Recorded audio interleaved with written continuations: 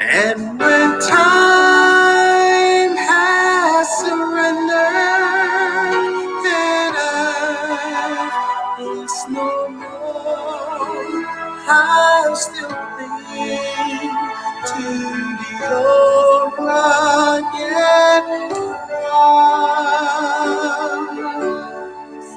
Oh, I believe that this life with its great mysteries surely someday will come to an end. Oh, faith will conquer the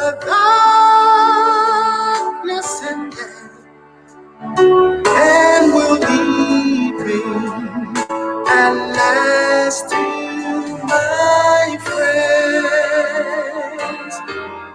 Oh, I believe that the Christ who was slain on the cross has the power to change lives today. For he changed me completely. Oh, new life is mine, and that is why by the cross I will stand. I believe in a hell called Mount Calvary. I believe whatever the cost, and when time has surrendered and there's no more, I'll still cling to the old rugged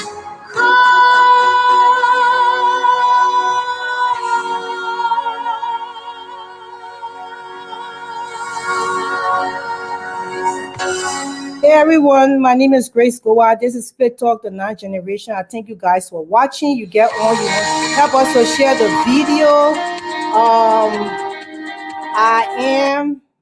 I did play this braided song. her hair about 30 days ago, Jesus, yes, sorry. and I wanted to show you our results. Look how much her hair. Okay.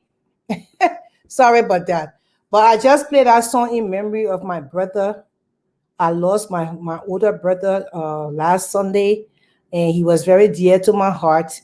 I played that song in honor of him, Jacob N. King Jr., and he lost his life. And I know he's in the bosom of Abraham, and I just wanted to share that song in memory of him and have a little 2 minutes of silence to honor his memory.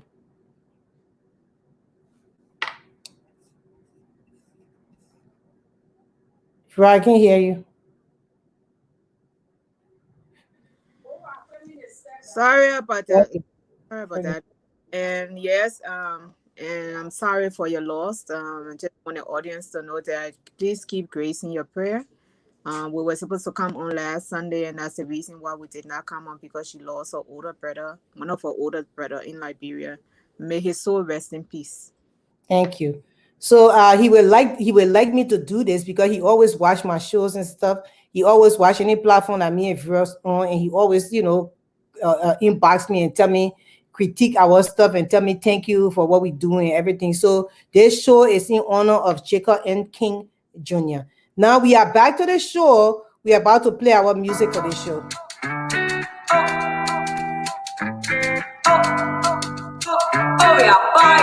African woman, confident woman, a special woman, beautiful woman. I cannot deny African women, they strong.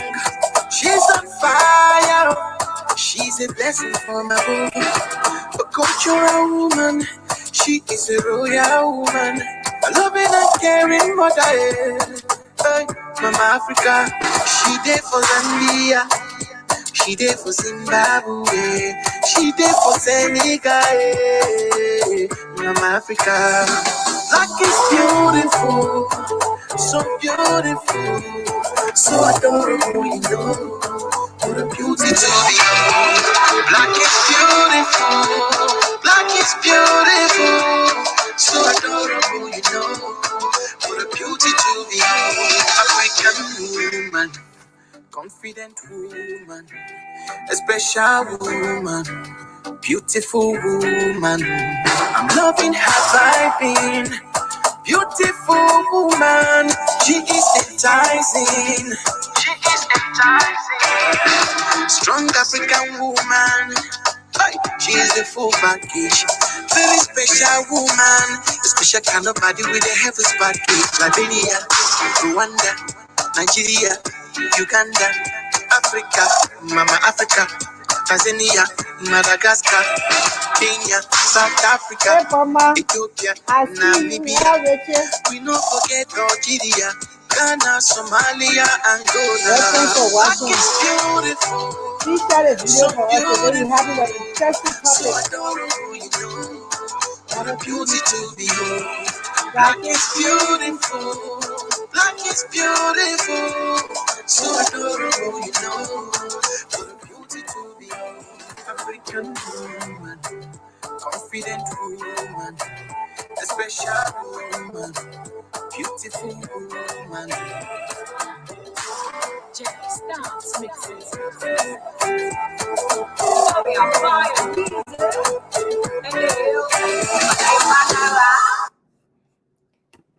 Hey, so thank you so much for listening to our opening song.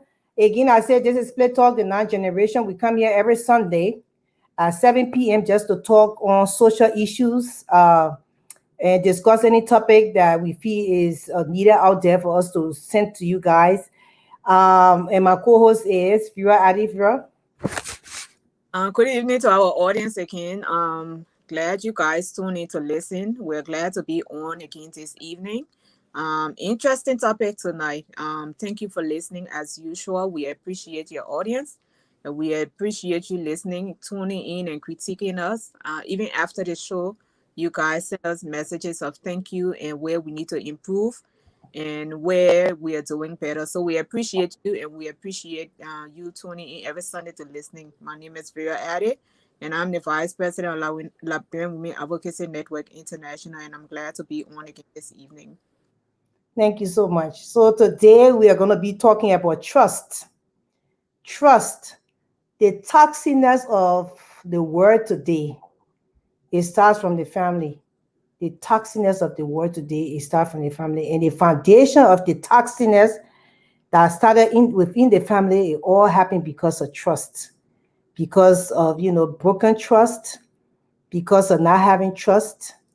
And all started because of that. But we'll start to talk about trust and then we'll go into, forgiveness. If your trust was taken away because of certain reasons or because of certain things that happen within your family, and how can you trust again? So trust is a feeling of confidence, that feeling that you have that you can trust, you can believe in someone, that you can in your heart, you think that they will be there for you. That when you tell somebody something personal, that they can keep it to themselves. That when you were in a relationship, you expect your partner to be honest with you. These are all the different reasons what trust is about, actually. So if I want you to come in and just give us the basis on trust and why is it that trust in the world today is one of the least things, but it's very important for us to have, but yet it's the least. That's why the wars in different countries and the killings going on because of trust, the lack of trust within us, and it started from the family. Yeah, trust is like a investment into something. The way I see it as an investment, where when you put your money and your time into investing something, you expect an outcome. And like you said, and trust is the basis of everything, because without trust, you cannot really move forward with a person or with in a situation. With a problem, you cannot regain, you cannot bounce back without trust and without forgiveness and onward. But like in a family, usually we talk about the foundation of the family. And trust, we believe, and I believe, I think you also believe that within trust begins in the family, in our immediate family, when we are born into the household of our mothers and our fathers. The things that we see happen, the words that are not kept, the promises that are broken, the hurt that it caused our mothers and our father when there is a broken promise, especially in a situation where when they are married and we see that someone steps out of the relationship, there's infidelity, maybe with a woman or with a man. And when that trust gets broken, sometimes it's so hard to repair. Sometimes it's so hard to regain, because what happens is that whoever is the person who steps out, whoever is the person who violated the relationship, sometimes they would tend to come back and repent, basically, and say, I'm sorry, it will never happen again. And then you find the other partner, the receiving partner, is going to take the word for it. And then you find out later on, 2-3 months down the line, there is another violation. And then they come back again and say, I'm sorry. And then whoever on the receiving end tends to say, okay, I'll let it go this time. But how long are you going to keep saying, okay, I'm going to let it go? And how long, you who are the violator, how long are you going to keep saying sorry? At that point in time, when you continue to say sorry, but you continue to repeat what you are doing, then your apology becomes useless. At that point in time, the trust that a person have in the relationship or your word, it gets destroyed. They can no longer believe you. Your word is not your bond anymore. At that point in time, it becomes useless. And then in the eyes of the receiving person, you become you become like a loser to them. They don't see you in a respectful light that they used to see you, because you continue to do the same thing. You continue to break their trust. You continue to violate their trust. You continue to hurt them. So you don't even give them time to rebuild the broken trust. You don't give them time to have that respect for you. You don't give them time to receive the apology that you have apologized to them, that you have given to them for whatever offense that has happened. At that point in time, it becomes useless. Now, some people can go on forever, and some people will just call it a day. At some point in time, the receiving person will have to say, you know what, can I trust this person again? Do I even want to trust them? Can I even trust them again? And the thing is that once you have broken someone's trust and you apologize, there should be a changed behavior. For that trust to be regained, there has to be a changed behavior. Even with our children growing up in the home, we can break our children's trust. So it's not only between husbands and wives, it's between parents and children also, because when you break your trust with your children, it becomes difficult for you to have a relationship with your children. It becomes difficult for your children to even come and confide in anything in you. So for that reason, they tend to go to outsiders, then they start to confide in outsiders, and then sometimes they end up confiding in the wrong people, and then life becomes difficult for them, and then they just go down the wrong path in life. At that point in time, you as a parent, it is your fault, because you never created that space of trust for your child to come and talk to you about anything that they could talk to you about. Maybe they came and talked to you. I'll give an incident. Like I know of an incident where a child went and spoke to the mother about something, or growing up child or female child, and she said, I'm only telling you, but I don't want you to tell my father. I'm confiding you as mother and daughter. She said, oh, you can tell me, and stuff like that. And she laid out the situation to her mother. Lo and behold, when the mother went and relayed it to the father. I mean, the father, they didn't take it to be any big deal, but the fact is that the father was informed. The fact is that you told her that you are not going to violate that trust. She told you this between you and I.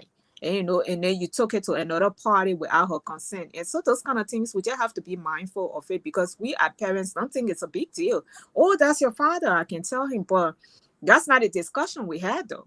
The discussion was between you and I. It wasn't for you to take it to my father, because if I want to take it to him, I can take it to him myself. I'm able to talk to him. But this particular incident, I just came to you particularly to confide in you and to seek your advice. So we as parents, we have to be mindful with our children. And trust issues does not only happen between a man and a woman or in relationship. So it happened between our children. It happened between friends also. So It also happened between people in the society. I mean, it happened between the society and the government. I mean, it just happened. Trust is a long way, but first you just went into depth. But I just wanted to say the surface first, because the main trust that we're going to be talking about is the trust between a man and a woman. Although we try to focus a little bit on trust between friendship and trust between a relationship with your children, trust between your employer and yourself, but the focus is trust in a relationship, because the reason why we will focus on trust in a relationship is because trust has the toxicness of the world has happened and continues to happen because of the lack of trust.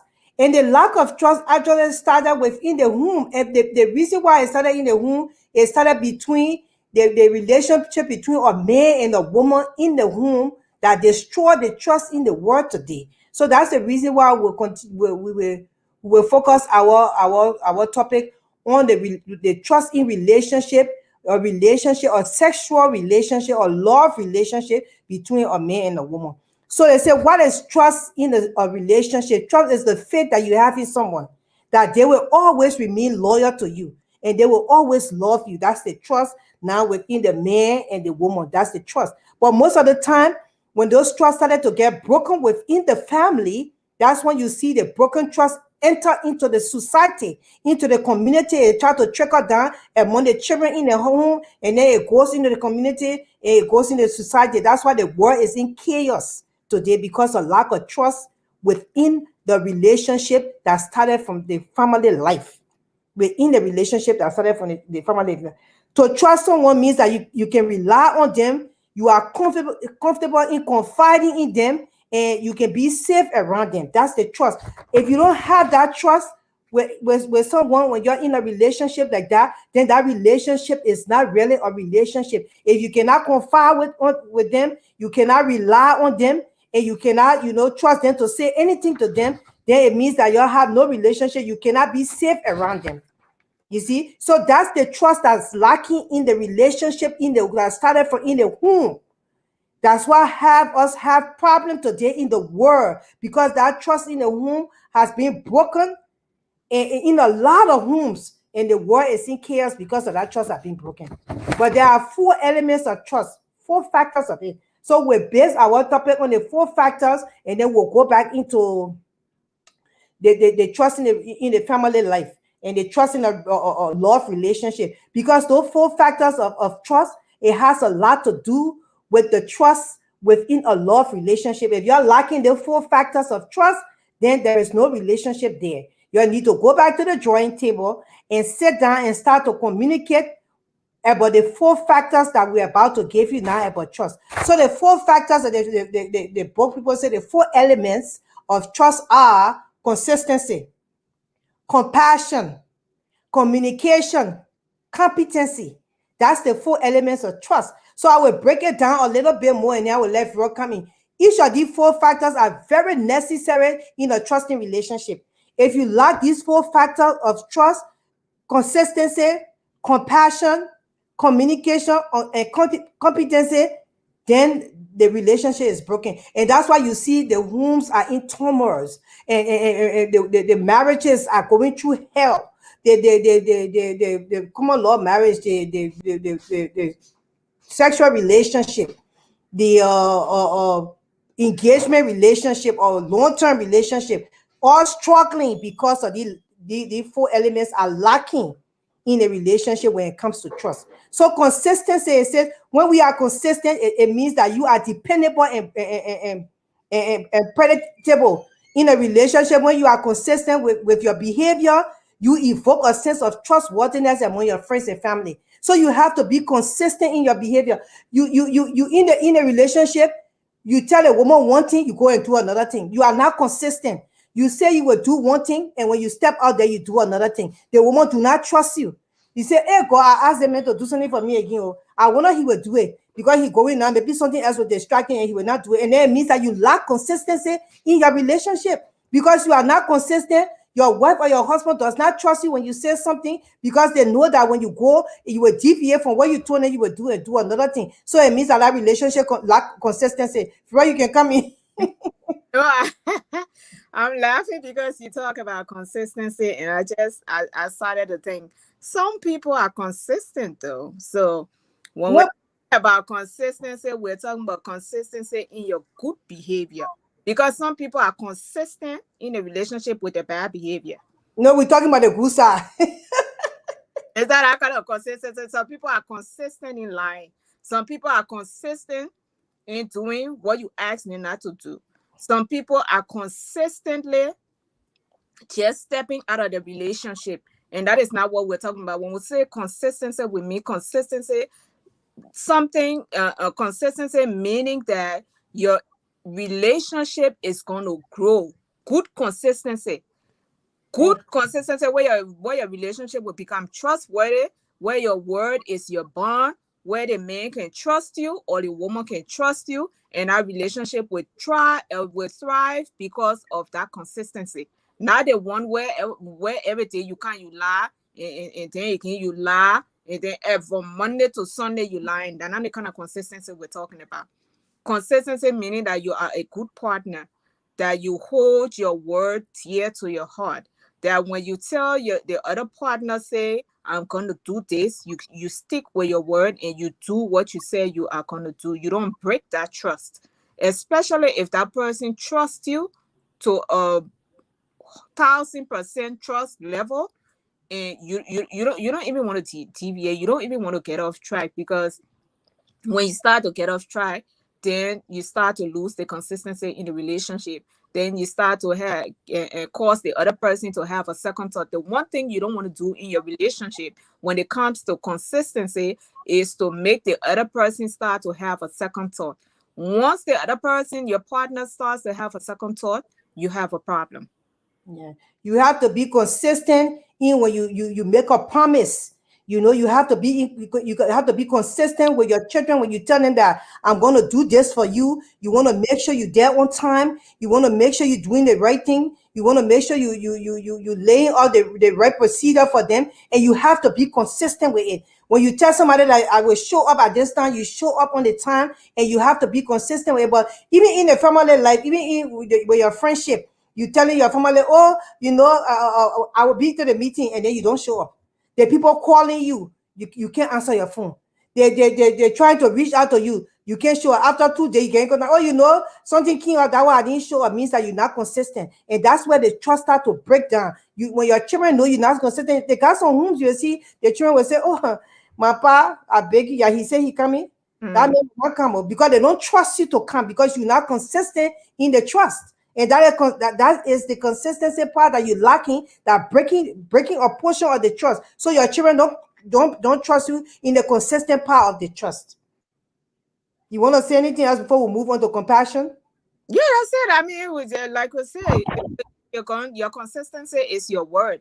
If you say you're going to do something, do it. If you know that let's say if you say that I'm going to show up for this meeting, and you know that you're not going to be able, at least be courteous enough to call and say, I'm not going to be able to show up. That's still part of being consistent. You are calling in to say that, you know what, even though I said I was going to be present, but I'm calling to say that other things, I got other things to do now. Therefore, I will not be present. So I just want to let you know. People will respect you for that, and people will still trust you when you speak.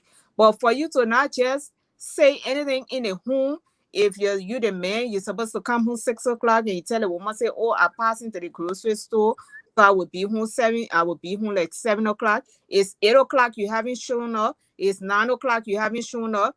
Every time now you go to the grocery store, it becomes a pattern. There is no luck, there is no trust, there is no consistency. So where do you fall? Where do you fall? What you expect the person to think? The person start to not trust you anymore. Your word, when you saying something that is just like you playing fun. By the time you say something, you say, okay, whatever. When people start to tell you whatever, you better check yourself. So we are discussing the 4 elements of trust. And when you're lacking any of the elements, then it means that there is no trust in your relationship. And we are digging on the relationship or love relationship between a man and a woman. And the reason why we dig on that love relationship between a man and a woman, because the toxicness in the world today started from the home. And the reason why it started from the home is because of the lack of trust. So that's why we are digging into that. So now the second factor or element of the trust relationship has to do with compassion.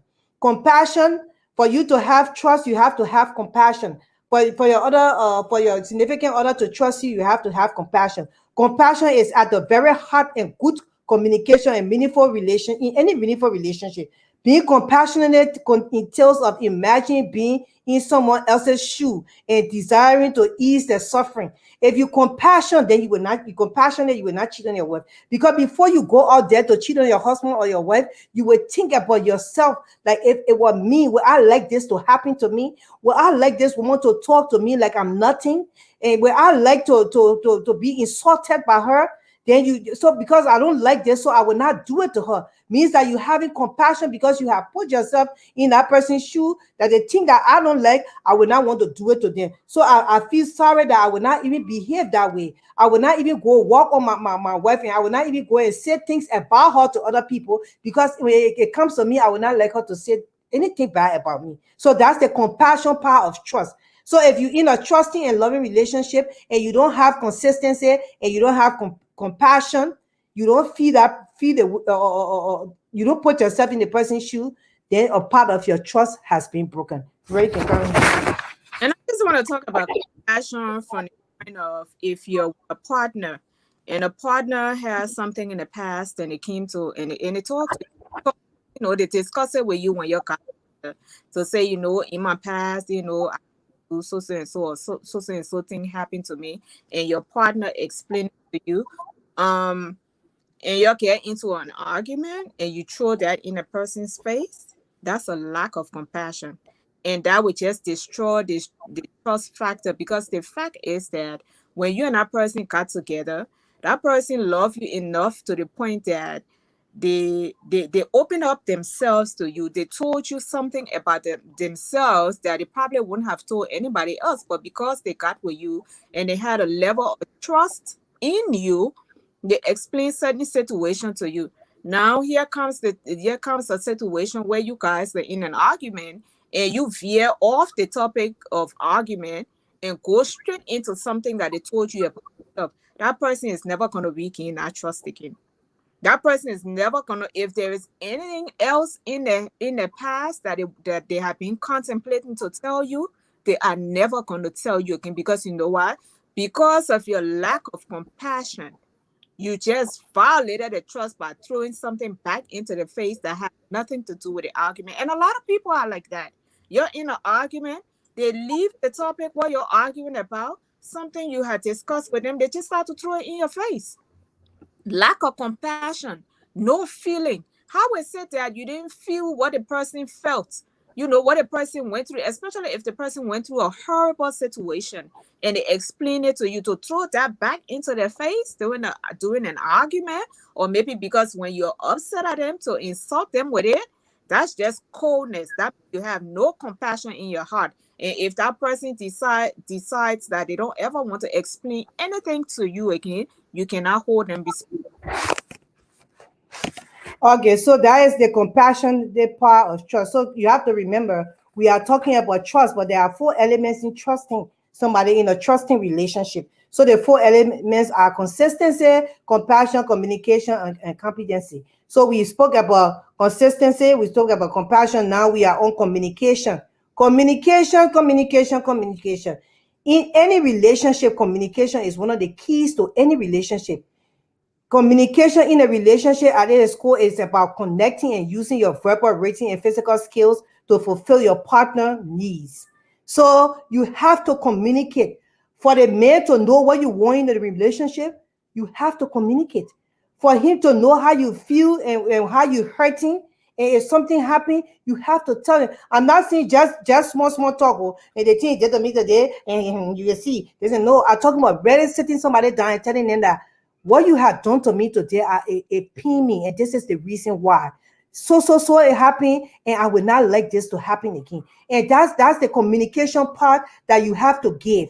What you're really looking for in the relationship, most time people lacking that stuff. When you meet somebody first, so you see them, the guy looking hip, you the girl looking fine, you won't hit it off. But sometimes it's good to try to get to know people. That's why we tell you all that 3 month mark is important. That way you will communicate a lot of stuff. And even after you're being in a relationship for 20 years, people change. Human being evolve. You know, I'm not the same Grace that you knew if you knew me 15 years ago. I'm a whole different person because I evolved in my life.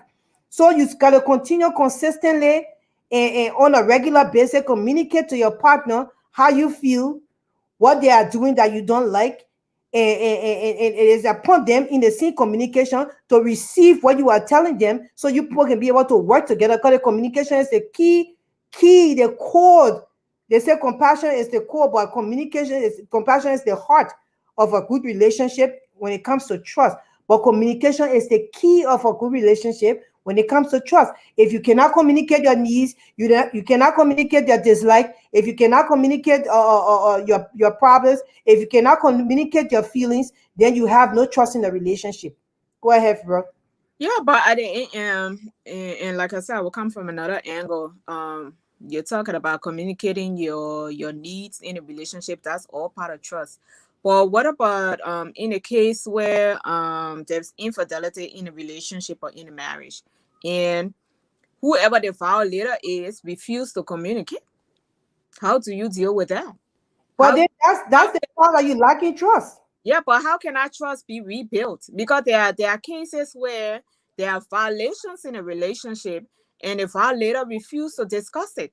The violator just wanted to be over with. Oh, let it be so now. I said sorry. Let it be so. We get to that part, Vera. Huh? We'll get to that part. Oh, okay. No, I was just coming from another angle. Yes, ain't no sorry. I just wanted to say that if I were to rearrange that list, the list that you did, the 4 keys, I would put communication first. Communication would be the top of that line because, like you said, communication is the key. Communication starts everything. Without communication, you cannot move forward. Everything is just at a standstill. Yeah, but communication, of course, communication is a key part of a trusting relationship. And communication, with all communication, nobody will know how the other person feel. Nobody will know. And sometimes in relationship, some people tend to not really tell their spouse exactly how they're feeling. And some of the time, the reason why most time when you tell your spouse, maybe they're not communicating, maybe the way you approach them to say it. Because it's one thing when a person wrong you and how you approach it. It's another thing when you are pushing it from an angle where they can accept that they have wronged you. So, it's a whole deal. Although we are not communication experts, but we just come here to talk about, what we have researched and everything. But the 4 keys of trusting relationship that what we just read. But we come into how to rebuild trust. We reached to that point in time in the live podcast. We reached to how to rebuild trust. But right now, we are just seeing that the key elements and the key factors of trusting relationship. If you're lacking any of these 4, then you start to re-look into your relationship that, okay, something is lacking. That's why the trust is shaking. Because trust can be there, but just that maybe the communication part, the trust is broken. How can we fix the communication part? Well, let me ask you this. You talk about compassion. So if you say not everybody in a relationship know how to, express themselves to the partner, and when something is wrong, even when something is not wrong, if they just need something from the person, they don't know how to express themselves. But you as the partner, isn't that when the compassion is supposed to kick in? Because you see your spouse or your girlfriend, your boyfriend saying, nah, you should be, if you've been with a person for some time, you should be able to discern that something is wrong here. And that compassion within you should be able to kick in and be able to sit with that person and inquire from them. Oh, what's going on? You're not yourself. You're too quiet. You have become, you're too into yourself. you're not talking, you're not speaking. What is going on? Somebody got to break that ice. Yeah, somebody got to break the ice. But what is the compassionate side on the other side? Because there are some people that do. Of the person who is not speaking the needs? The person who is not speaking the need, the other person is supposed to have compassion with them. Okay. But what about you who not speaking your need? Do you have compassion on the other person who actually did the act to find out why they even did this? Because some people can just do stuff and they really don't know why they did it. So it's a compassionate side coming. The compassion can come from the other end. Even they wrong me. Even that thing happened to me, that person wrong me. But let me just go find out from them what's going on with them. So that is compassionate side. But you who have been kicked, and that's a Christian like side. So you're saying that a person who is hurt because they are not asking the person who hurt them, because they're not asking questions, you're saying that they're not showing compassion? No, that's not what I'm saying. What I'm saying is that if you are in a relationship and the person who is the person who has been hurt, the person who was treated badly, is quiet and not really talking what had happened to them, which is not a good thing, because you're supposed to communicate your hurt to your partner. But they're not communicating, they just said not quiet, and the other person is so pompous that they can't even come to you to say what's going on with you, knowing that they already did something to you. But I say, as a person who is hurt, even as hurt as you are, is it also nice for you to have compassion with the person who has hurt you? Isn't what Christ said that we should do? That go to the person and ask and say, I'm not talking because you did this to me, but why did you do this? I want to know. Can you tell me why is it that you keep on cheating? Or why is it that you keep on lying, in a relationship and causing our family pain? So it will be a compassionate part on your side to look into what that person is doing and ask them that question. I agree with that, but compassion will also make you to be quiet, because maybe you need that moment to be quiet and wait another day. Because if you're not quiet, if you're not compassionate in that moment to be quiet, maybe the action you would take, it would be bad. Yeah, it could be that. But I just saying, I want you to understand, and I want everybody who watching to understand that compassion comes two ways. It's not that because somebody wronged you, then you say, oh yeah, they wronged me, so they should be compassionate, and because they wronged me, they should be compassionate. You two who been wrong, you two who been treated that bad way, you could have compassion on the person who treated you bad and go there and ask them, but why did you treat me bad? I mean, that's compassion, isn't it? No, it is. I agree, and I agree with you, but I just wanted to say on the flip side too, they could still be showing compassion if they're dealing with it quietly. They could still be showing compassion. But if they were to speak, they will probably become violent at that moment and will turn into something it doesn't need to turn into. Okay, so we're gonna move on from compassion. We're gonna move on communication. I mean, because we're just speaking on communication, we say communication is the key to trust. Because if you cannot communicate your feelings, how can you tell the person what you would need in the relationship for you to even build that trust for them? And then we move on to competency. Some people say, but why is it competency would be one of the key factors in trust, in a trusting relationship? Yeah, building a relationship is about your ability to identify and initiate working relationship. You have to identify a working relationship and initiate that working relationship, and to develop and maintain them in a way that it is mutual benefit to both yourself and the other party. Most time people get in relationship when the one person in the relationship benefit everything. You want me to be your wife, at the same time you want me to go work for you, at the same time you want me to cook your food, at the same time you want me to do every other thing. I should be a career woman, at the same time you want me to be humble, at the same time you want to be the head of the home. It doesn't work that way. It have to benefit the both of us. So we all have to bring something to the table. Back in the day, the people used to think that our parents, like most mothers were staying home and say, oh, they were men just working and the woman just sitting down home. She just working, she's not doing anything. But no, that woman was bringing something to the table because she was home. Or staying home and cleaning and cooking is a full-time job. We who came to America, we know now, because we don't have no little boy or little girl to help us anymore. Maybe I go bring a son. Sarah stir the soup. No, it's not happening here. Everybody have to do something. Everybody got to do their own stuff in their homes, because you don't have that kind of money to even hire a house help.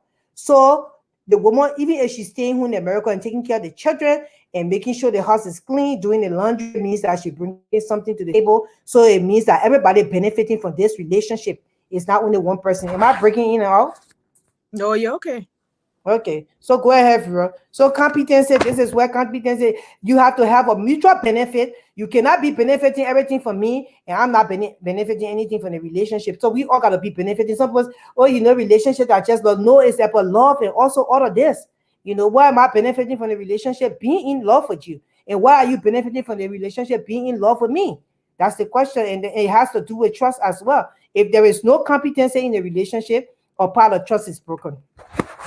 If the man is working, even if you have someone in the home and both parties are working, competency man, because I've seen where working, but I didn't know where the money is going. They're lagging. So just because you're working doesn't make you competent. You have to be able to pay the bills and the money pay on time. You have to be able to care for the children. You have to be able to care for your wife. You have to sustain a home as a man to be competent. Just because you're going to work and getting the money, that's not it. Because some men work and nobody see where the money go, or half the money go in the street and they just bring a little bit home. If you're that type of man, you're an incompetent man. You are not handling your home properly. And because of that, your family don't trust you.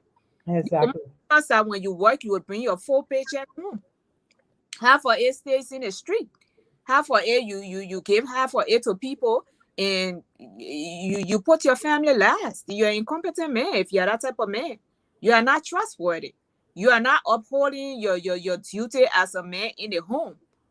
Not with your wife, not with your children, because in some homes, the women still have to pay the bills and make sure it's paid on time. They still have to provide groceries in the house for the children to eat. Even though the man is working and sometimes the man is making the bulk of the money, making good money, sometimes zero comes to the house. In some home, the men have only chosen to only pay the mortgage in the home, and everything else is on the woman. You are incompetent if you are such a person. You are incompetent man, because just because you pay the mortgage, that's not just it. There's a whole lot that come with sustaining a home. And if you are going to be the head of the household, to be the trusted head of the household, then you must take care of your household fully. It cannot be partially. It cannot be 1%. It cannot be 2%. Just paying the mortgage does not cut it. If you are such person, you got a problem. Well, say, you got a problem. Okay, so we already have listed a trusting relationship. We listed 4 factors in a trusting relationship. If you lacking any of those 4 factors, then it means that your trust in the relationship is getting broken. You need to put it back together. You need to put some Gorilla Glue and start to stick those four factors within the trust that's missing, so your trust can be holding again. Because it's not only just saying trust. You have to have all those factors within the trust for your relationship to be going on. So after we will take a little quick commercial. When we come back, we will talk about, can a broken trust be regained? So can a broken trust be regained? So that's what we'll talk about on our next, when we come back, that's what we'll talk about. I just want to play a little bit of music and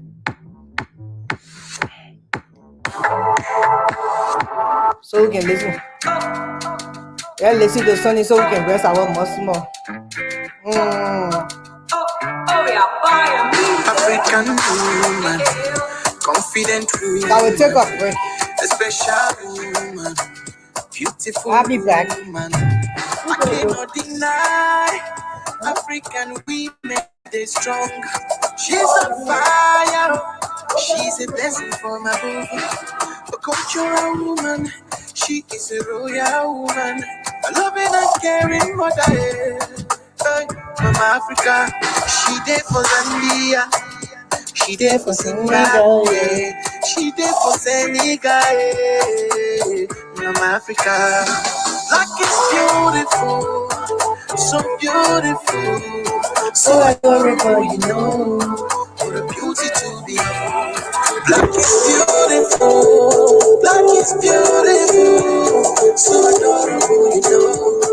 What a beauty to behold. African woman, confident woman, a special woman, beautiful woman. woman. I'm loving her.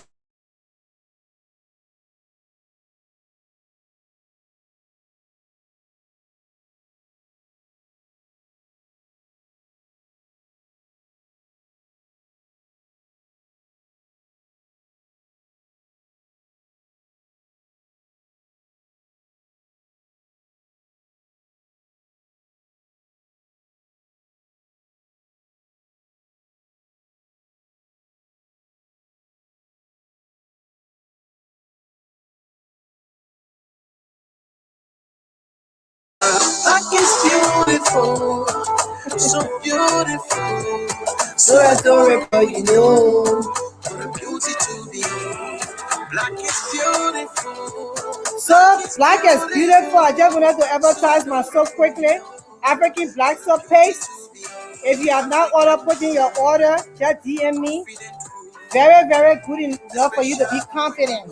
So you want to put in your purchase. I have a lot of customers who's very happy right now. They want to be one of them. Okay, so that's it. I also came up with the body wash and also the bar soap. So inbox me, and we just want to do that quickly. So right now we're gonna move on to talk about, can broken trust be regained? So we give you all the factors of trust and what you can do with trust and how you can keep your relationship in a trusting position. Because once trust is there, the love can be so nice. Once there is trust, that you can trust that person to do anything, and you can rely on them, and you can feel safe in their arms, that when they're getting up to go somewhere, you're not going to be worried, think, oh God, he going again. I wonder what he going to do, or she going again. I wonder who she going to talk to. That you can be free. You can put your cell phone down, and your husband can look into it, and he can put his cell phone down. You can look into it, and y'all can look at each other's Facebook pages, and you know you have nothing to hide. So that's the trust that we are talking about now. Trust in a relationship can be broken. How are they? How are you, Miss Badio? Hey, Mohammed. Trust can be broken in a relationship, and a lot of times, because of the broken trust, it has destroyed families. It has brought hatred into families because of broken trust. So, although some of these things is painful, but most time when trust is broken and the two people are strong enough, you can regain your trust back, and you can carry on in a loving relationship. And when you see, most times you see people in relationship, the relationship lasts for years. And people say, oh, the people stay for years. Do you know what they've been through? You don't even know what they've been through. A lot of things are happening. People had to give and take. People had to forgive when their trust was broken. But the forgiveness have to be that the other person who had broken the trust is willing to build that trust back with their partner. So how can you regain the unbroken trust? That's what we're coming to talk about right now. Communication. Communicate. Communication is the key on regaining a broken trust. Communication is the key. It might be painful, uncomfortable, but one of the biggest aspects of rebuilding a trust after betrayal is talking to your partner about the situation. Talking to your partner about the situation, and how do you even talk to your partner about the situation? You who have broken the trust, are you even are you regretting you being or the person that broke the trust? Are you remorseful in the trust that you have broken, that destroying your family or destroying your friendship or your relationship in your family life? Are you remorseful? Because you can communicate, but you can communicate without being remorseful. So that's what we're going to talk about right now. If you want to come in. Yeah, I just wanted to say that trust is like a safety net in any relationship, whether it's between you and your children, whether it's between you and your spouse or your partner. It's like a safety net. And when that safety net has been cut in half, it has to be sewn back together. And you who have violated, you who have broken the net apart, you have to be the one to initiate the conversation to repair the damage that you have done. I don't think the person who you violated should be the one to initiate that conversation. You who the violator, you should be the one to initiate the conversation and to start the rebuilding process. But in most cases, those who violate the relationship are the ones who are unwilling to even communicate about what they have done. They don't want to talk about the behavior. They don't want to talk about what they did.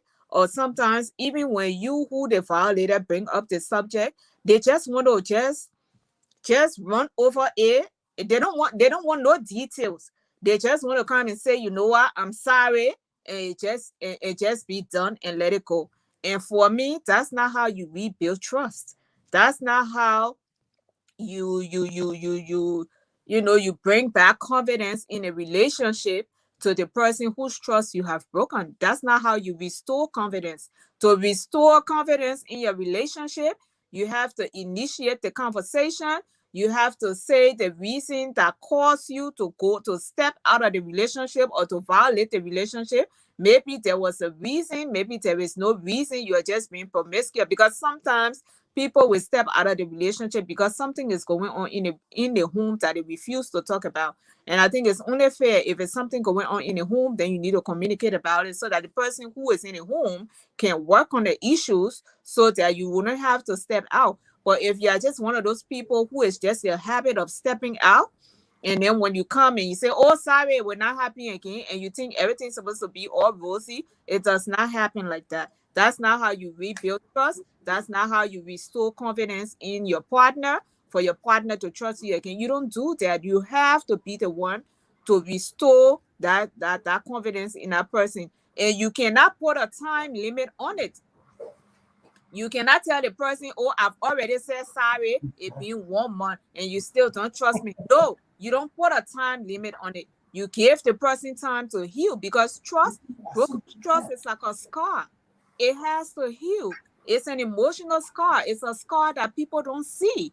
It's on the inside. That trust is broken. So you have to give that person time for the scar to heal. You cannot rush the process. The process of rebuilding trust is not a rushed process. Just how you took yourself to violate the relationship, you will have to exercise patience for you to regain the trust back and restore confidence in your relationship. And that's how I feel. Okay. So the thing is that having someone break your trust can leave you feeling hurt. It can leave you feeling shocked, even physically sick. It might prompt you to consider your relationship and your partner in a different way. We understand. Sometimes when people break your trust, some people, it's hard for them to even get around that. Okay, how the person can even do that? And most people feel that way, especially the person who is on the other end of the whole thing.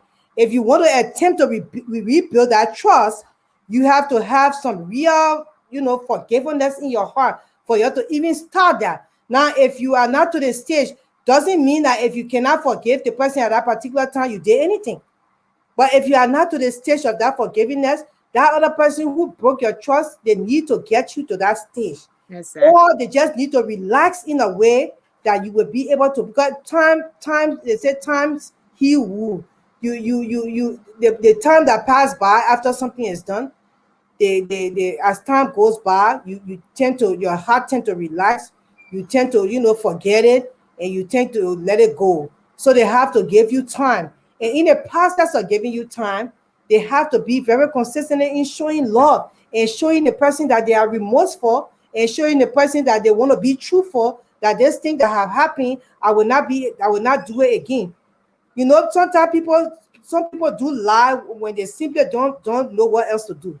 And that lying thing, that what can cause real problem in the home, it can break a lot of trust, because you already have done something, then you sitting down, you lying, and the person know that you lying. So you have to really be in a remorseful stage. You have to be in that stage where you really want your partner to forgive you, that you really cherish the relationship, and you want you to have peace, and you sorry for what you did, and you have to show that you're sorry. You cannot go and do something and your trust is broken in the relationship, then you start to add pompous that the person did something to you. Oh yeah, because I already told you sorry, so you just don't take it.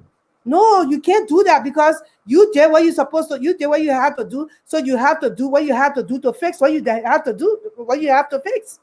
So and most time, that way you see the trust is broken in the home, and it causes a lot of family anger and hatefulness, and then it start to trickle down to our children, and it's trickle down into the community. That's why we lack trust in this world. That's why you see we can't trust the politicians, because they lie too much. They started from in their homes. they started to not the trust that were broken in their home. Some of them bring it to their workplace. When I say it, people say, "Oh, Grace," but it's true. That's why we try to build the little children that come after us. We try to build the next generation. We have to teach them the right way, because when they're not taught right from home, they take it when they grow up, they take it into the world, and that's the broken trust. Then they start to do it in the world, in the regular friendship life, and in the relationship. Then they take it into the workplace. Then before you look, it trickle down into the community, and the society is now toxic, because it all started from the lack of trust in the family life. It all started from there. But it's always go ahead, bro. No, I was just about to say, and if you're gonna come, if you do something, you gotta come clean 100%. You cannot come initiate a conversation of apology or to regain trust, and you come with bits and pieces. Because what happened is that if you come with bits and pieces and you start to restore the person's trust, and then 3 weeks later, another piece of the puzzle drop, then the trust factor go right down the drain again. So if you are wrong, just come clean 100%. It doesn't matter. Just put it all out. Let the person just be heard one time, and at that point in time, and get over it. But you come and you get 20% of the story, and then okay, the person say, okay, I forgive you. We're moving on. Then 2 weeks later, the person hear another 10% of the story.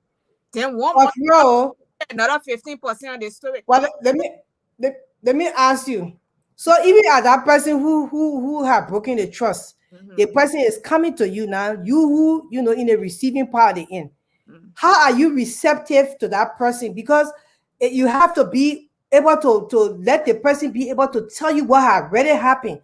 You have to be able to let them open up to you, and the way you receive them coming to you to appeal to you for to forgive them for what they have done to you. You have to be able to receive them in a way for them to be able to open up totally to what they have done and be able to tell you and apologize. But sometimes when the person coming to you and you not even the way you receive it, they will be like, damn, I need to just think twice before I even tell her the other one, because if I tell her the other one, I die today. But that's because the violator already know you as his partner or as her partner. They already know you. They know how you will handle certain things when they come into you with wrong. So there is no specific way to say that the person on the receiving end should behave a certain way for the person who is the violator to be able to explain everything, because the violator already knows you. He's in the home with you. He know how you deal with things. He know how you handle issues, how he or she handle issues. Your partner already know you. They know how you take either they will tell you, say, you know what, they think that I'm going to go tell Fira, I will either tell her 50% and leave the other 50% because I know she's this type of personality, or I will tell her 100% because I know she's this type of personality, we get over it. But for like somebody like me, I mean, if somebody were to wrong me, there is no specific way I would say, I would behave for them to come and explain to me. I would just sit there and expect you to tell me the truth regardless of my behavior, because at that point in time, it is not my behavior that caused you to do it, unless you want to tell me it's something that I did that caused you to do it. Even if not your behavior that caused you to do it, but when a person comes to you, you have to be able to communicate with them as well. How you feel about the situation, why the betrayer that they betray you, hurt you, what you need from them to start rebuilding the church. You got to be able to communicate all those things to them. Yeah, but so not because the person did it wrong to you, then you just you say, okay. But the best way to behave is somebody violate you. The best way to receive them coming to explain themselves to you is not to be aggressive with them.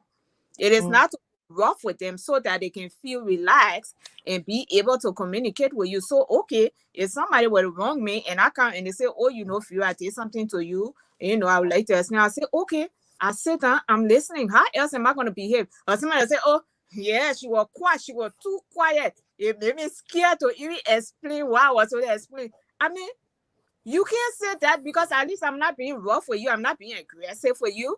I mean, some people.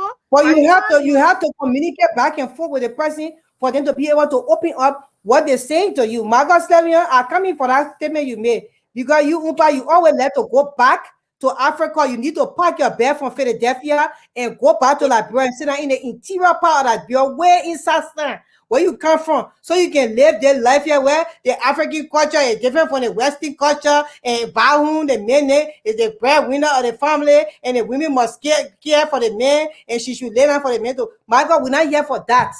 Yeah, giving the Western society this and that. What you doing here in Philadelphia? You need to go back to Africa because you can't leave Africa sitting behind. The world has changed.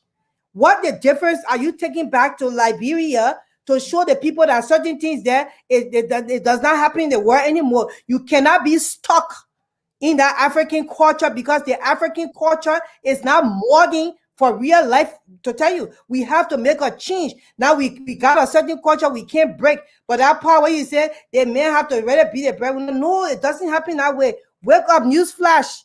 Women are breadwinners nowadays. They are engineers. Women, how do you call it that? Or construction workers. So Astronauts, don't what that worker in here. women are going to the moon, yeah, astronauts. But the thing is that what we talk about Africa all the time. Most of the time when we discussing issue, people always bring our, our motherland back. But the thing is, what is the improved behavior that we are trying to teach the people after us in our motherland? We have to improve. The world has advanced, so we learn with the advanced behavior. So the advanced behavior that we have learned, we have to teach our people in the motherland that, look, back in the days, things are like, this is how things used to be done. But it is no longer like that. The world is moving along. Well, let me ask you a question. Where he says that giving the West, he said, what percentage is the man's contribution as opposed to the women, whereas they both have an income? What percentage? Supposed to contribute 100% because he is the head of the household. Thank you. The priest, he is the protector, and he is the provider. So he should be, even if the woman is working, he should be holding his household down 100%. Marco, you hear it? You hear it? That's not behavior. All right, so we're moving. Reason why Eve fell in the garden. That's the reason why Eve fell, because the time that Adam they gave him dominion over the garden, to see over the garden, to watch over the garden, even before Eve came in the picture. When Eve came in the picture, he decided to drop the ball. I don't know what he was doing. He was laying out, he was playing checker, or he was playing Ludo, and Eve had to go on the other side to go get. Probably Eve was hungry. Who knows? And he was saying that he couldn't do what he had to do. But the man is responsible for his home, period. Okay, so we're not going to change our topic for Michael. We're moving on. So what you can do to mend on your broken trust when the person come to you to try to make peace and try to tell you what they did wrong and for forgiveness, you have to give them chance to talk. Give them sincere attention and sincerity. You who even coming to appeal for forgiveness, you have to be able to apologize sincerely, and you have to listen to the person pain because you caused them pain. So when they're talking, you have to give them chance to communicate the pain that you have caused them. You have to give them chance to be emotional. You have to also give them a chance to be upset because it's their right to be, because you have caused them all of that pain, and they can't just sit there and say, oh, well, I'm telling her sorry, and then she was just fair, but the whole situation, yeah, because you have caused her that hurt and that pain. So she has the right to be mad. You have the right to listen to her upsetness. You have the right to listen to her being mad at you. You have the right to listen to her being express her feelings to you. Now, because if you want her to have that forgiveness in her heart, and you have when she's showing all that emotion, you have to still show her love, because you are on the wrong side, or you the woman on the wrong side. So when your husband get upset for all these things, that the broken trust, you have to be able to allow him to express himself emotionally.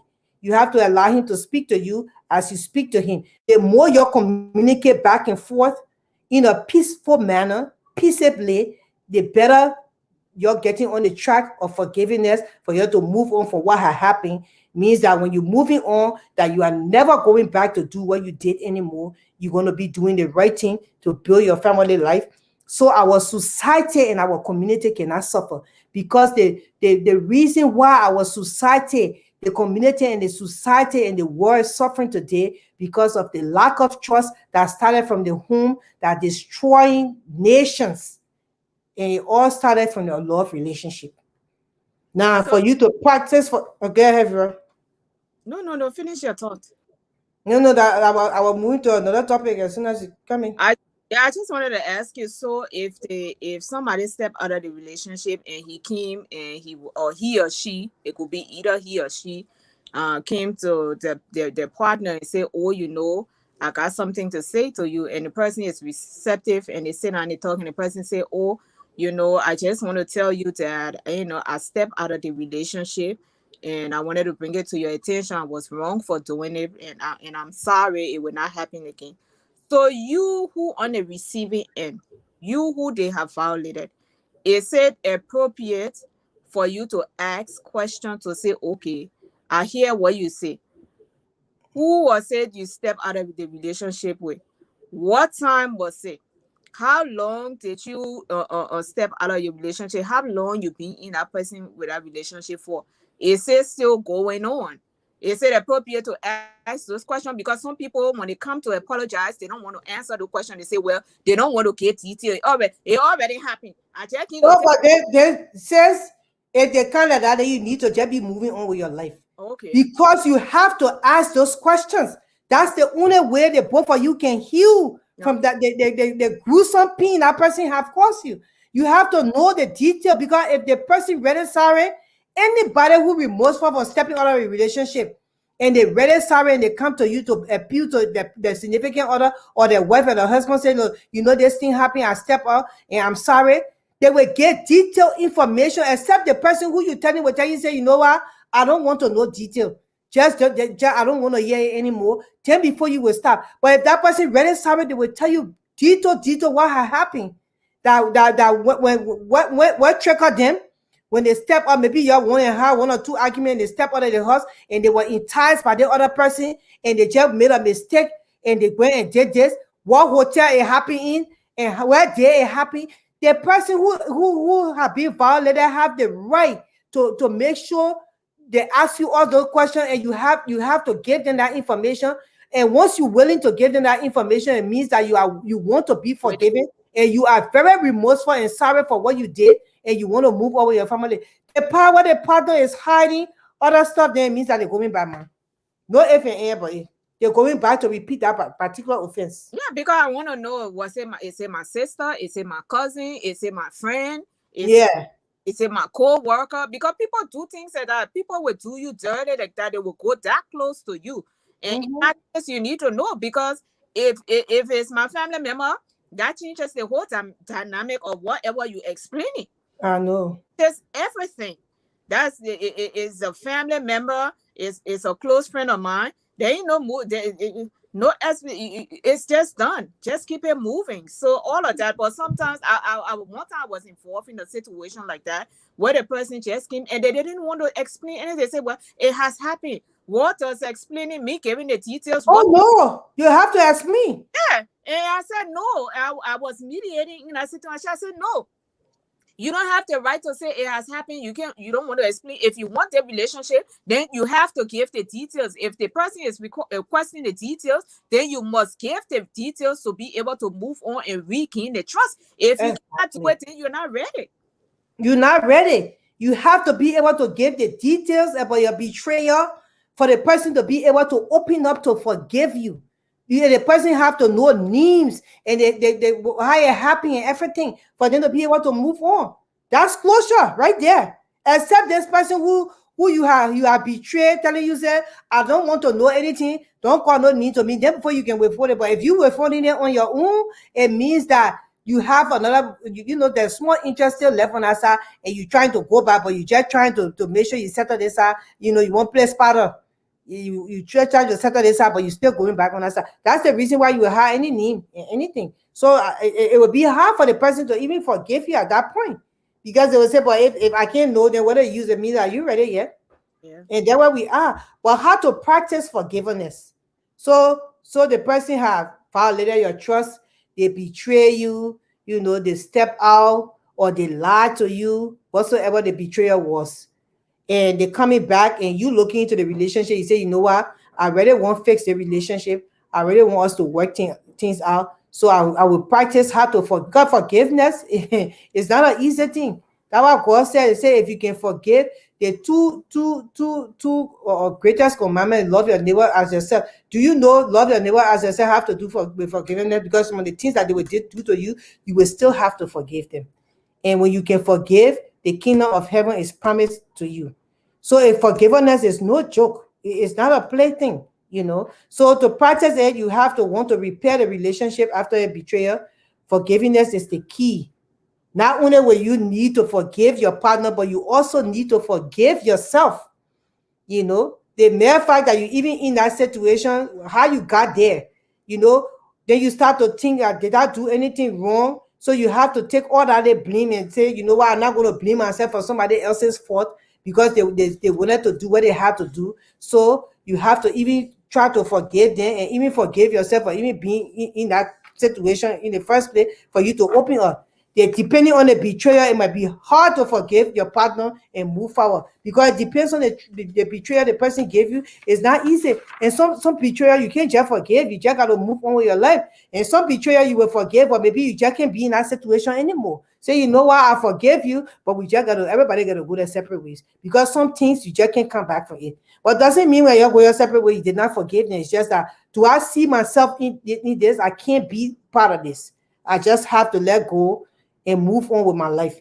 Doesn't mean you never forgive that person, especially when it comes to children involved in the relationship, and you know that you will be seeing this person no matter what, because at the end of the day, you still got some connection because of the child or because of the children, means that you just got to forgive them. But do I want to be in a loving relationship with you? No, I do not want to be in a loving relationship. I forgive you, but we all moving on. Or I want to be in a loving relationship, so we need to work this thing out. Depends on the level of betrayal they have betrayed you. Because some betrayal, you can't come back from it. Yeah, and for forgiveness to happen, if forgiveness has to happen from the person who has been violated, you who the violator cannot come to the person that you have violated with quoting scriptures and talking about the Bible say you should forgive 70 times 7. That's not your place to tell that person. That is not your place to tell the person that you have violated, that the Bible say forgive. It is the person who you have violated who's supposed to say to you and say, you know what? I'm going to forgive you because the Bible says 70 times 7 we should forgive. So most of the time, what we find, what I tend to realize is the violator is the one who always want to quote scripture to you and tell you what the Bible say. You tell his son go down on your wrath and you should forgive. Yeah, but and I wanted that too. They want to tell you all the forgiveness scripture, for unforgiveness, like poison. They're not for you to tell me. Just explain what you explain. Let me absorb it. Let me take it in, and let me come to you and say, you know what? Based on what you have explained to me, I choose to let go. I've chosen to forgive you, and I hope that you never repeat it again. I'm forgiving you. If you are a Christian or if you are a believer, you tell the person, I'm forgiving you based on the scripture that God says that 1, 2, 3, 4, 5, 6, 7, 8, 9, 10. So because of that, and because I want to be obedient to the word of God, and because this is a marriage, because marriage, I don't know where marriage is from, but it is hell. Some things they are not easy. So you say, you know what, because this is a marriage, because we got children, or because I still care for you, I choose to let go and let work on it. If I have any shortcomings that cause you to behave the way you behave, I'm going to work on myself also, so that what you did cannot be repeated. And I think that's how forgiveness should work. The violator should never be the one to tell the person who they violated that they're forced to forgive them, because you know what, they're not. Because like you say, Based on the level of the violation, that person will decide that either they want to remain in that relationship with you or they're just going to let go. They will forgive you and move on their merry way. Because quickly, just one situation years back, there was this guy that stepped out of his relationship.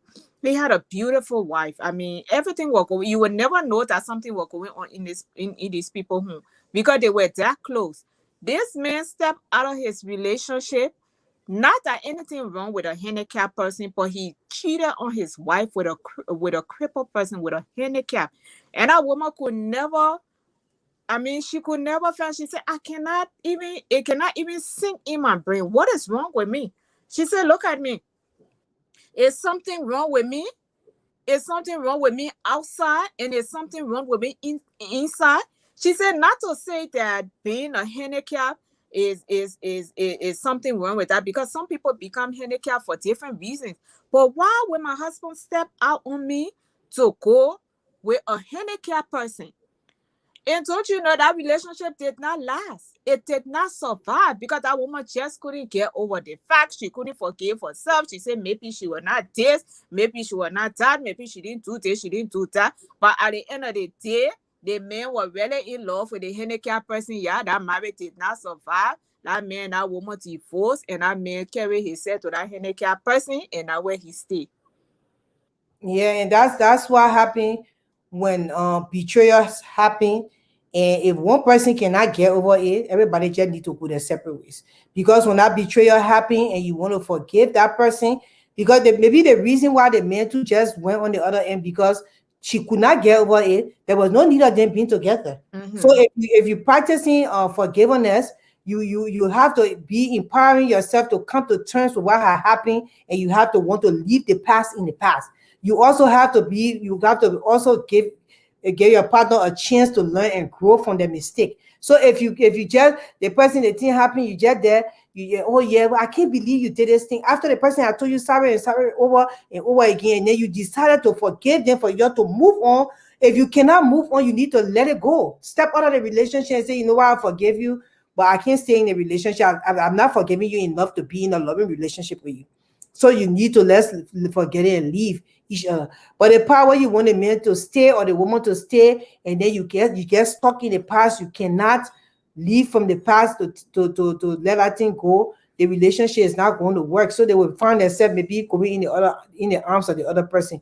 Let me answer Michael quick. Michael was just messing with you, but Michael said, I'm not stuck in the African culture. My point is based on conflict in most African homes here in the US, with the mindset that the woman's income earned belongs to her alone, and the man's income for both of the family, the man's income is for the home. Financial unfairness in this. I can see the man working so hard and getting old before his time, wheelchair loading too soon.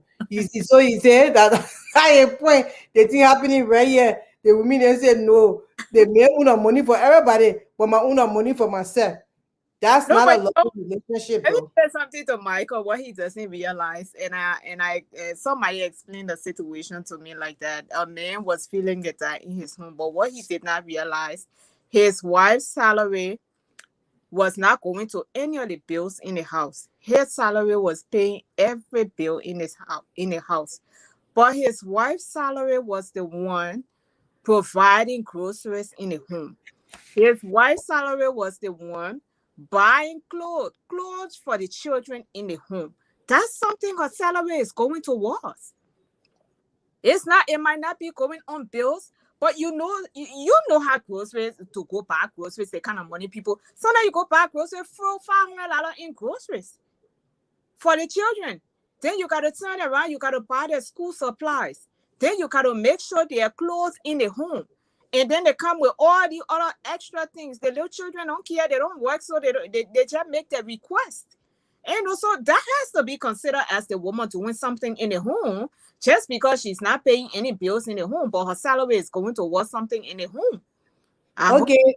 So, And then, and Michael, the thing is that any organized home, because sometimes most of the Liberian homes in the US, I would say that because we get a lot of complaints, you know, even with working with Lawani right now, we are in a divorce case, you know, trying to settle a divorce as Liberian Women Advocacy Network International. So we get a lot of different information right here in the States with different people wanting us to advocate for them concerning their home life and how the men treat them and the divorce that they go through and how to settle it. We talk to our counsel and we are helping a lot of people on that here in the States as well.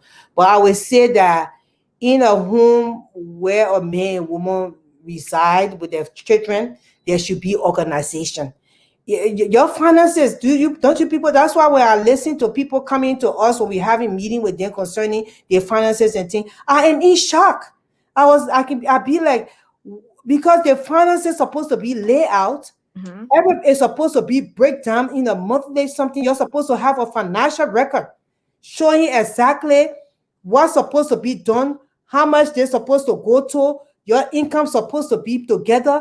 Everybody's supposed to have a little personal account while you got the family account. So at least I got my personal account doing my things in there for my personal use, and your husband or your wife got her personal account, you're doing it for personal use.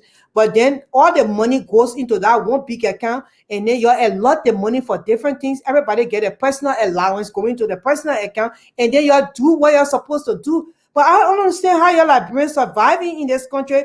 Everybody got their own money. You're living in the hall, the man get his own money, he got something to do with it. The woman got her own money, she got something to do with it. Then that what the woman can say, but then use your own money for the house. And my own money. But if you're organized in a way where all the money goes into one account, because your money is my money, and my money is your money when we marry, and then the money go into one big account, and we take our monthly allowances into our personal account, and the rest of the money be split in the house for bills, grocery, children clothing, and this and that. Certain time in the month, you're a certain time in the year, you're shopping for the kids, Christmas time, you know, and all those things. So I don't know, a lot of Liberian homes really lacking that. So a lot of divorce that go on that we even part the media between the money issue is mainly the reason why the Liberian put divorce in the country, because the man wanted all the money to himself. The woman and him work together, they build an empire. Then when last minute to time, the woman not good enough for him, he won't take the money, or the woman just won't spend the man all her money and she must keep her own money. So there is no organization there in our home setting, and with all organization in the home setting, the home cannot stand. That's when the lack of trust start to come in, and then people start getting hurt and feeling funny that something going on, because you're supposed to know every cent that coming to the household, and you're supposed to be able to split it in a way that everybody will be satisfied. Everybody need to be seeing stuff, and that's the part I don't get where your Liberian whole setting, and that's the reason why most of the Liberian marriages are failing. Yeah, because there is no transparency. There's no transparency in a home. Some women don't even want their husbands to know how much they make. Some men don't even want their wives to know how much they make. But within a home, they're supposed to every home is supposed to have a household account, like you said. Every personal account, and you have a household account. I've even seen in some home where people have holiday accounts, like on birthdays or Christmas or any kind of major holidays. That's how it needs to be done in a home. Both husband and wife need to be transparent with how much they're making and how much they're bringing home, the net income at home. And then they need to establish a household account. And if they would like, it is a good thing to establish also a holiday account.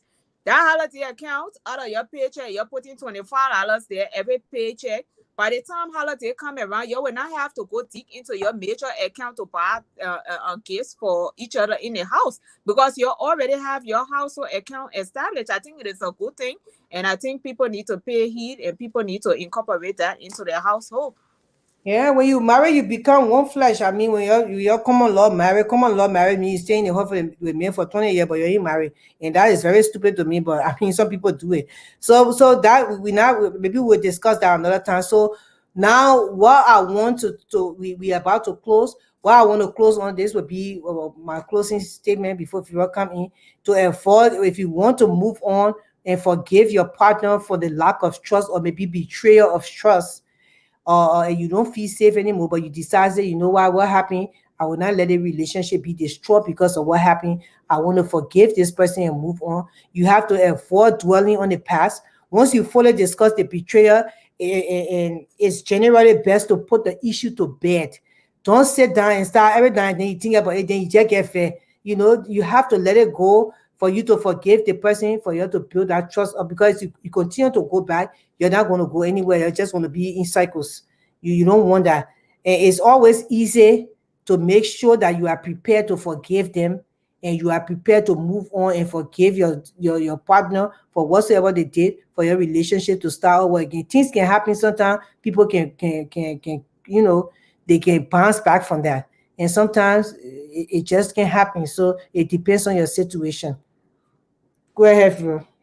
Well, I would just like to say that in any situation, in any relationship, be it husband and wife, be it with children, trust is like a safety net. When that net has been broken, it has to be back together for trust to be restored, for trust to be regained. And also, along with that, has to be a changed behavior. If there is not a change behavior, is the trust issues just going to continue, and it will lead down a path that will end up in divorce. If you don't love someone, don't waste their time. If you don't love, then just tell them this relationship is not going anywhere, and then you can decide to go your separate way, instead of all the time stepping out of the relationship and causing pain to someone, because we all have emotional pains. And like I said earlier, a broken trust is like an emotional scar. Yes, they stay there. The scar, we all have some sort of scars on our body. The scars heal, but you can still see the mark of the scars on our skin. It doesn't really go away. Sometimes it fades away to the point where you can barely see it, but sometimes it is still visible. So if you broke somebody's trust and that person forgave you and say, well, let's move forward and let this not happen again, make sure it doesn't happen again. And you, as the person who is forgiving the violator, make sure that every other argument you have, don't bring that particular issue up again, because some people tend to do that. Every situation, they will throw that issue in your face.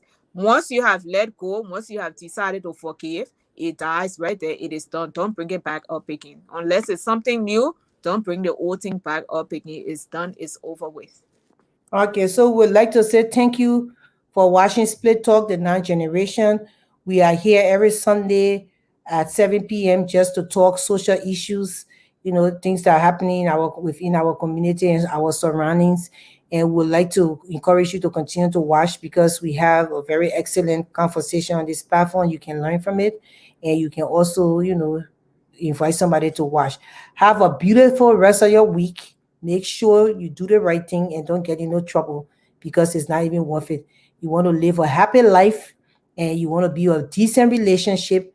And if it's not working for you, you need to move on, because you don't have long on this earth. God gave us 70 years to live. And if you take good care of yourself, you can live more than that. And you want to be happy in your years here on earth. You don't want to live in pain and heartache and suffering because of somebody try to break trust, and you got to live by it. So thank you for watching. Have a good week. God bless you. Thank you. See ya.